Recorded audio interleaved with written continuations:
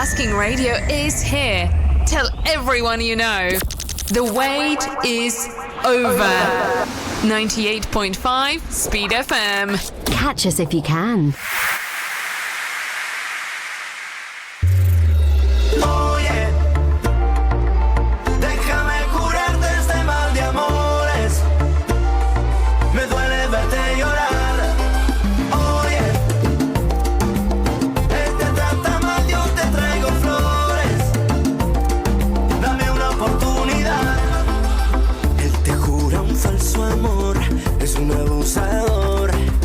Juega con tu corazón, sabes decir que no. ¿Cómo decirte que te quiero? Que muero por tu amor. Yo no he perdido la ilusión, ni el tiempo ni la razón.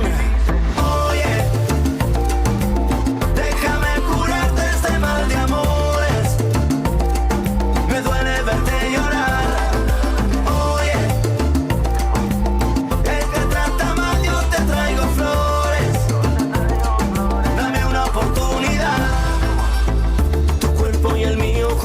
Bailando, tu boca y la mía felices gozando. Vas moviendo la cintura, me sube la temperatura.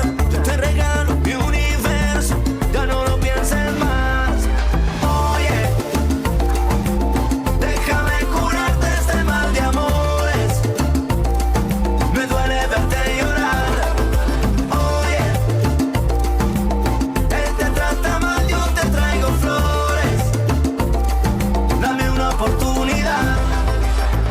Decirte, mami, una cosita.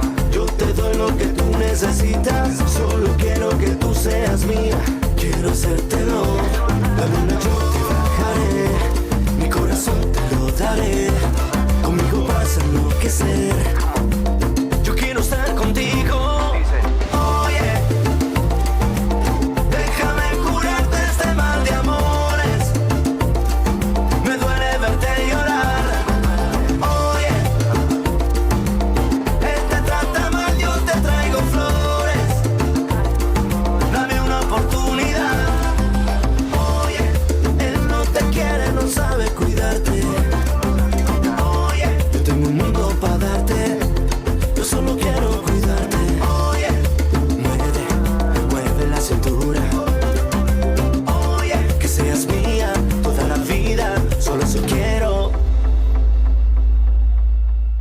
SPEEdy, welcome to the show for everyone. This is Asking Radio, 98.5 Speed FM, live from the Spice Center in George's Quarters, Macaulay. Welcome to SPEEDy Sports, the show that brings you everything in the world of sports and beyond.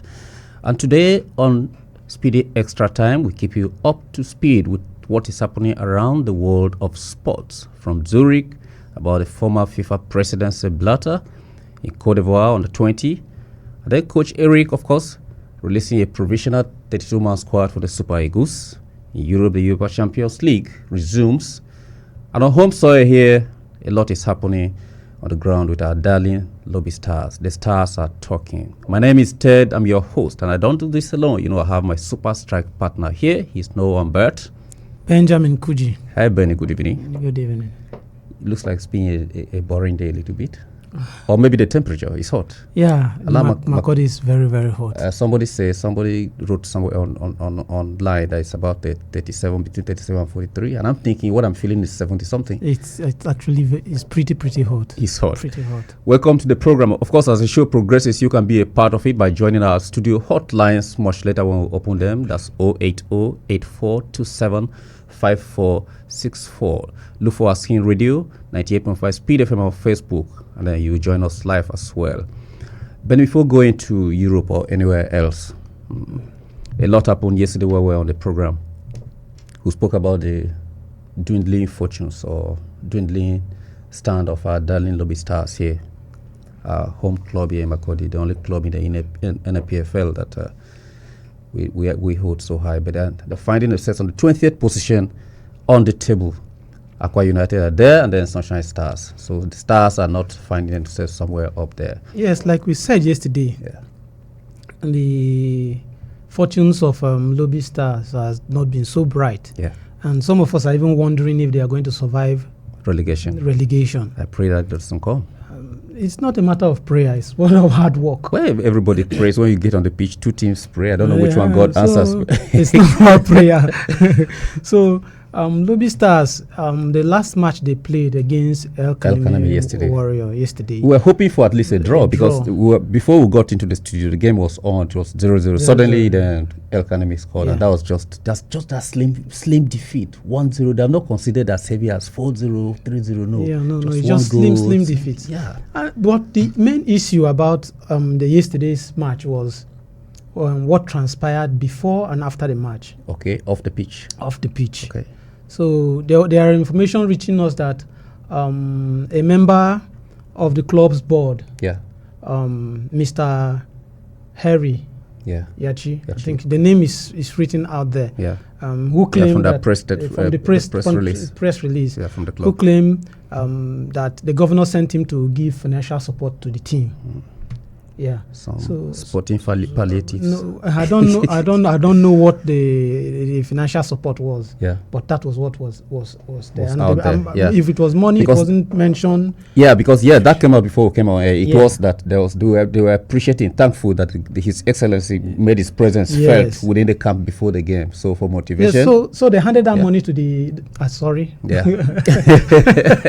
The palliatives, whatever the incentive. So what the incentive was given to the captain. Solomon Kwambe for the players and to the team manager for the staff. Okay. So after the match, when they lost the match, we heard that the same person came back and collected the same money. This time we heard it was money. When it was given, it was incentives. This time we heard it was money. I don't know, but they said, and Lobby Stars gave out a press release. Okay. And part of the press release reads, it is important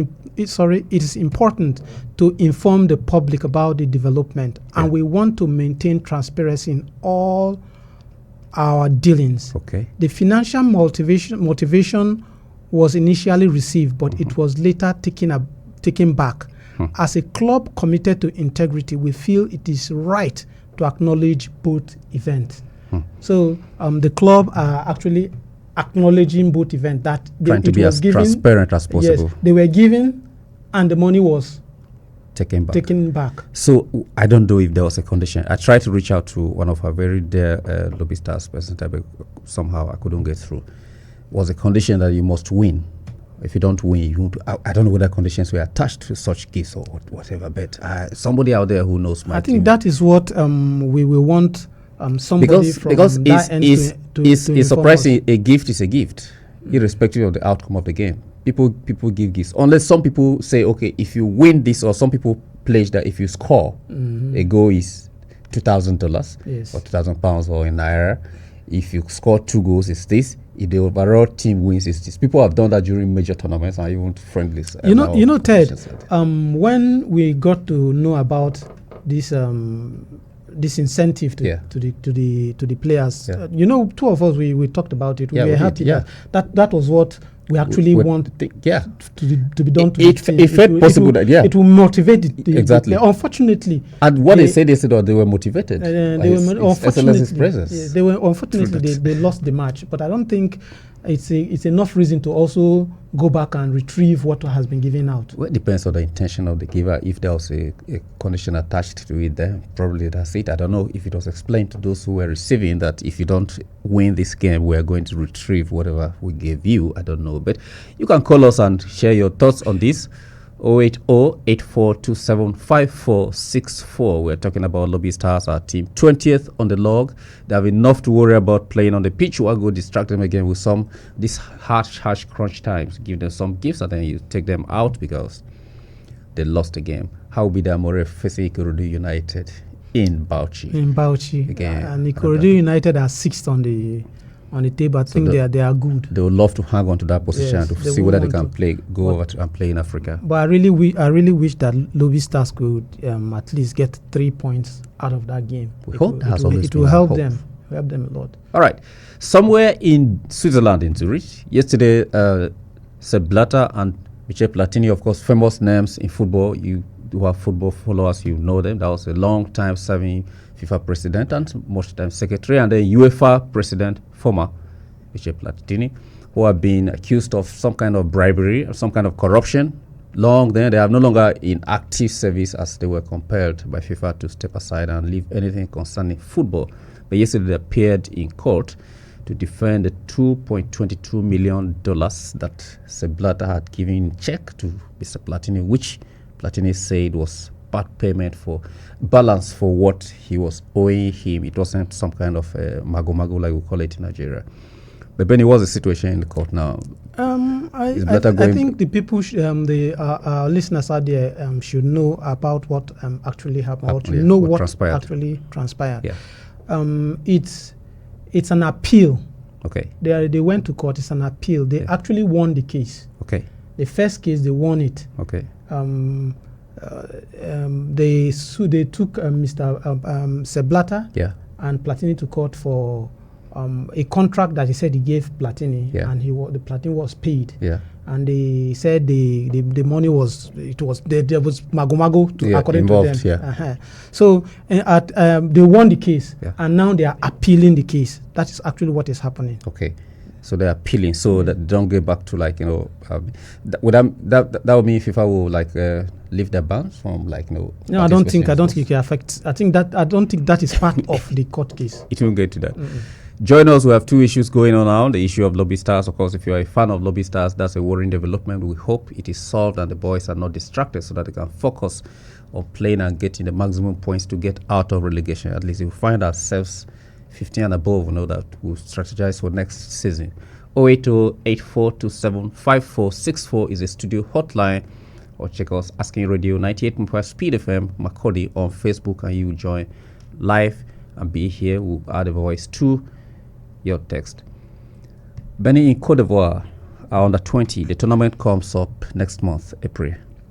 But the curious thing about it is the fact that Coach Aliou is looking at he was considering playing Egypt in a friendly. The friendlies were cancelled because Egypt happens to be in the same group, ended up being seated in the same group with Nigeria, Egypt, Morocco, and South Africa, which they call the group of death. Very, very heavy groups.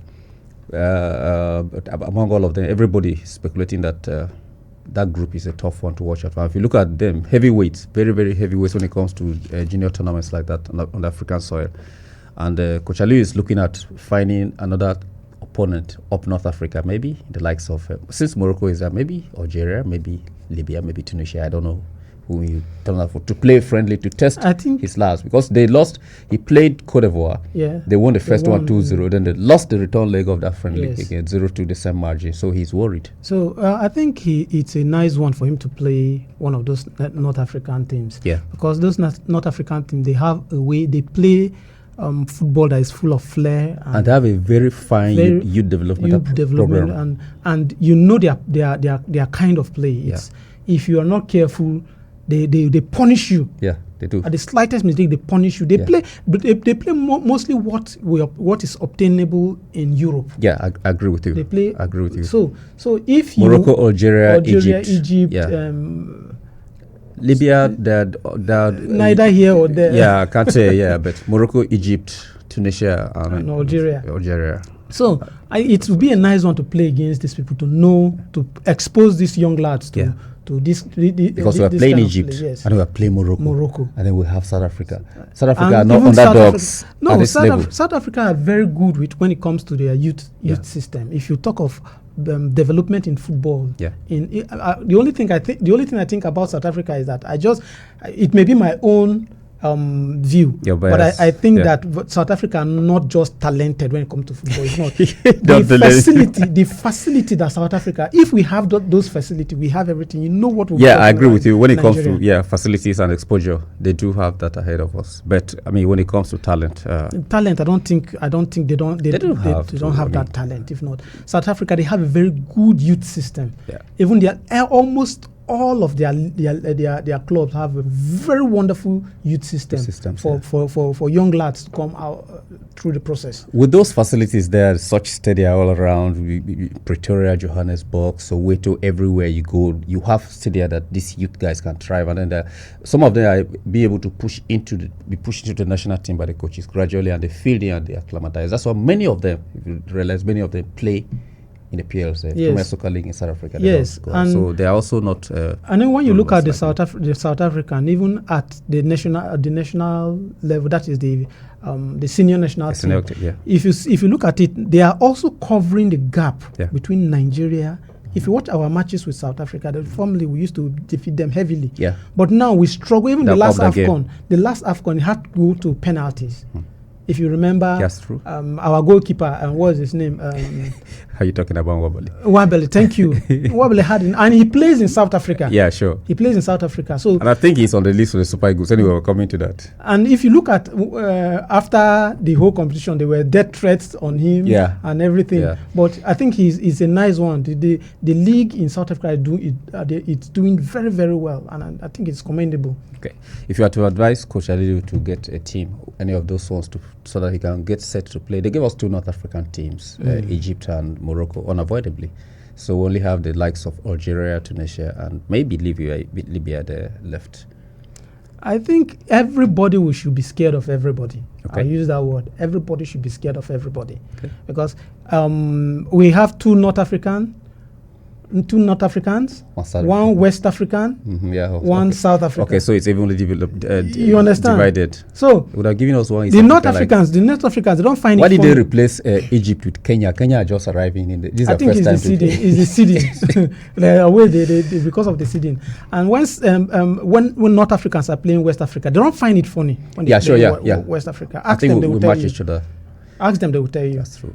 Even the Southern Africans, it's not easy to play West Africa. They know the strength. The West African football is play is completely different. It's different, so it's not easy playing against West Africa. And the competition is actually being hosted in West Africa. So we have advantage a little bit with the weather condition and other thing. So. It's not familiarity, and then the guys have been there all the while. They have been like counting in Cote d'Ivoire there. So you're listening to Speedy Sports on Asking Radio 98.5 Speed FM. I'm here. My name is Ted, and I am with Benjamin Kuji. Okay, so you can join the studio hotlines if you want to contribute. 080-8427-5464, or look for Asking Radio 98.5 Speed FM Makodi on Facebook and drop your comments. We'll give them a voice. Benny, Nigeria, the Super Eagles have two qualifiers ahead of them in this month. We're playing Rwanda and Zimbabwe. And it's troubling that, the list has been released, a professional list of 32 players that will be trimmed down to 23 to be finally submitted. But we are trailing both guys. We're behind Rwanda, we're behind South Africa, we're behind Benin Republic, and we're behind Lesotho. Rwanda have gone ahead to hire a new coach who was a coach of Tanzania, the Algerian. That's a famous guy who accused CAF of favoring Morocco in everything during the last AFCON that he was suspended and fined and he couldn't complete the tournament. Yes, he's a coach of Rwanda now. We're going to play them at first away, and then we'll come back home and play Zimbabwe back here in Nigeria. The list is there. Any surprises on the list? I want to appreciate the new coach, Coach Chala. Yeah. I think he has done from the list I've seen. Yeah. Apart from there's just one person. Maybe it's just my personal view. Okay. That I feel that it's time. They should just let him go. I know. When it comes to football, you need to blend youth with experience. Yeah. Yes, you need to blend youth with experience. But I think, I'm not saying right now, but over time, we should start thinking about phasing out our skipper, Ahmed Musa.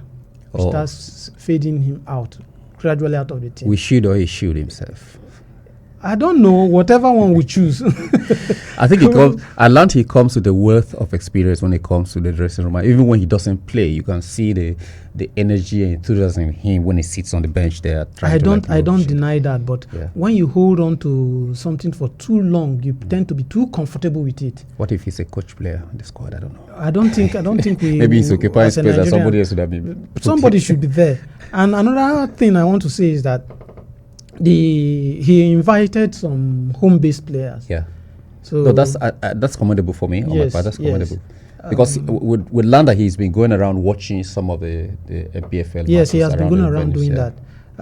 He invited Papa Mustafa, Kayode Bankole, and Ifeanyi Emmanuel. Those are the three players that new guys coming. Yeah, and we will be playing Rwanda. Away on the 21st of March. And 4 days later, we're coming back home to play Zimbabwe. So I just wish that we will do something, because we really would not be in the World Cup is like it's unthinkable. He has given a new call up to some guys, including one of our very own guys here, Jerome McCall, who's in Sevilla. Of course, he has given about 4 of them. Ifeanyi Onyebuchi, Igor Ubo is there, Anthony Dennis Crusantos Uche. Of course, for the first time, he's calling them, inviting them. So, hello, good evening. Hello, good evening.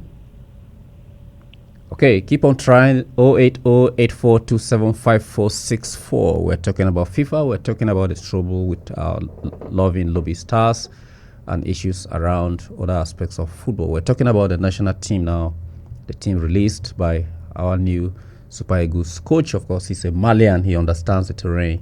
He has faced the Super Eagles in one or two encounters, and he does know that. So. And I think he's actually a good coach. Yeah. Because I actually didn't know much about him. Okay. But because of when he was given, let me use that word, when he was given the coach, I had to go and watch some of his past clips to see his past matches. And so far, he has appeared. He has cut across like a very humble person, but who is quite deep. Yes. To be able to spot these guys and make these selections. So let's see his tactical prowess. That is when we will talk. You know, Nigerians. Somebody said every Nigerian is a coach. Yes. Will you deny that? Including you. So we are just like Chelsea fans. Yeah. Whenever something start going on, no. That's when it becomes the coach's problem. Out. He doesn't know anything. You can't make substitution. No, but he's good from his pedigree. He's good. I mean, you can't deny that. You can't take that away from. That is where we will have to see how he plays then before. But what are you expecting? Let me say, what are you expecting in Rwanda? Because technically, on the table, we are disadvantaged. We don't expect anything more than winning those matches. Away in Kigali. Yes, we do. We expect nothing less. The Rwandans are except we don't want to. Except we don't want to go to the World Cup. You think they won't play any antics to ensure that whatever they should prepare for that. The Nigerian team should prepare for that. Whatever it is, they should prepare both the mind game, the football off the pitch and on the pitch. They should prepare for that. So both teams are coming in with 2 fresh coaches. It'll be their first time to encounter themselves from this perspective. Eric here with Nigeria, and then Amruche, the Algerian, with Rwanda. So they'll be sizing themselves up to these competitions. You don't know how far you can go when you are going to meet again at other competitions. And any national team should be afraid of Nigeria. Right now? Yes. You always say that. Yes. Let's see. If you are a coach, you have the forward that Nigeria has. Mm-hmm. Yeah. Any coach should be scared of that forward. That's if they deliver. I'm not talking of them deliver. Just having seen those forward. Okay. It's just like saying. Just the names. It's just like saying you have a team where you have a Cristiano Ronaldo, the prime Cristiano Ronaldo. Okay. So which 3 players in the Super Eagles now you think Rwanda should fear that were not there when we played them previously? You always talk about the African best. Who is the African best? You know. You're sticking to who was the African best before? Okay. You should know. I've got you. 08084275464. That's 08084275464. If you're able to get through to the studio lines, you'll be live here with us. Benny, tonight there's fire in Europe once again. Yesterday you predicted that today, Arsenal will have a very easy ride over PSV. I didn't say that. I thought that was understood from what you were saying. I didn't say that. I said Arsenal should. Okay, they ought to get over there. Yes, and they should. I didn't say an easy ride for with the list of injuries PSV, that Arsenal for have. PSV to be at that level on that competition. They are no pushover. They are not. And Arsenal without Saka, without Martinelli, so injury rooms is troubling for me anyway. It's a team. And I've even been in their watching. the last matches, Waneri, Yeah. he was pulled out. That's a concern. Anyway, we have another big game there coming up. Real Madrid, Atletico Madrid at your favorite stadium in the world. They're not new to that venue because they are the closest neighbors and they have had much more derbies there than almost every other team around. But Madrid have at least Valverde is back. Slabos is back, but Bellingham is out, 3 yellow cards, and that's the injury room of that midfield. So without him, would Vinny Jr. and Pape be able to handle that perfectly against a team that also knows them excellently well? I think what I say about Real Madrid is Real Madrid, they are the king of Champions League. That's what they say. Or Ancelotti. They can bring anything off their sleeve. They have this magic wand. When they just wield this magic wand, you don't know what anything. With Real Madrid in the Champions League, anything can happen. Yeah. So you can't write even when Real Madrid are out and done, they can just pull something and you don't understand.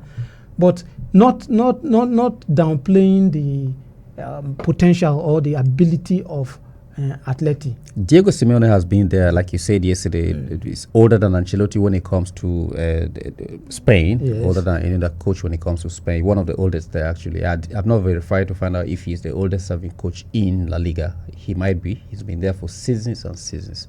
But they're playing without Koke and without Cesar Azpilicueta. But the rest of the team is full. And riding on the back of the 2 wins that they have, both in Copa del Rey and the league, I think. Of course, remember Madrid lost to Real Betis over the weekend, 1-0. That one goal that was scored, one free goal because of Bellingham missing that again. So his absence would it cost him? I don't think it's fair to say any goal is a fluke. I don't think it's fair. Where?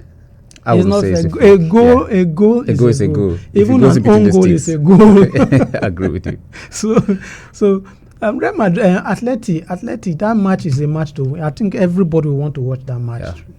It's a game of the week, actually.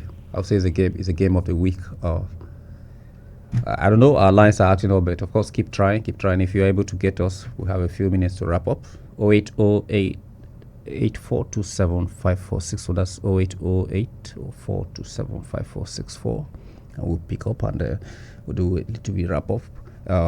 Benny, you have some games for tonight. Other than that, Arsenal and Atleti. Looking forward to any other big game. Or tomorrow we have the Champions League still coming. More games tomorrow in the evening as we'll see what happens tonight. Okay. Yeah. Tomorrow we'll also analyze those matches for tomorrow. Yeah. And we want our listeners to be here to listen to us while we'll give them a full dose of the analysis of tomorrow's matches. All right. It's been a nice time with you, sports lovers out there. Of course, network was not able to allow us to talk with you, but I guess tomorrow it might be a little bit better. So keep your dial locked here on 98.5 Speed FM Makurdi. It's been a great evening. So have a wonderful night rest. I'll see you tomorrow. Bye. This is Asking Radio 98.5 FM.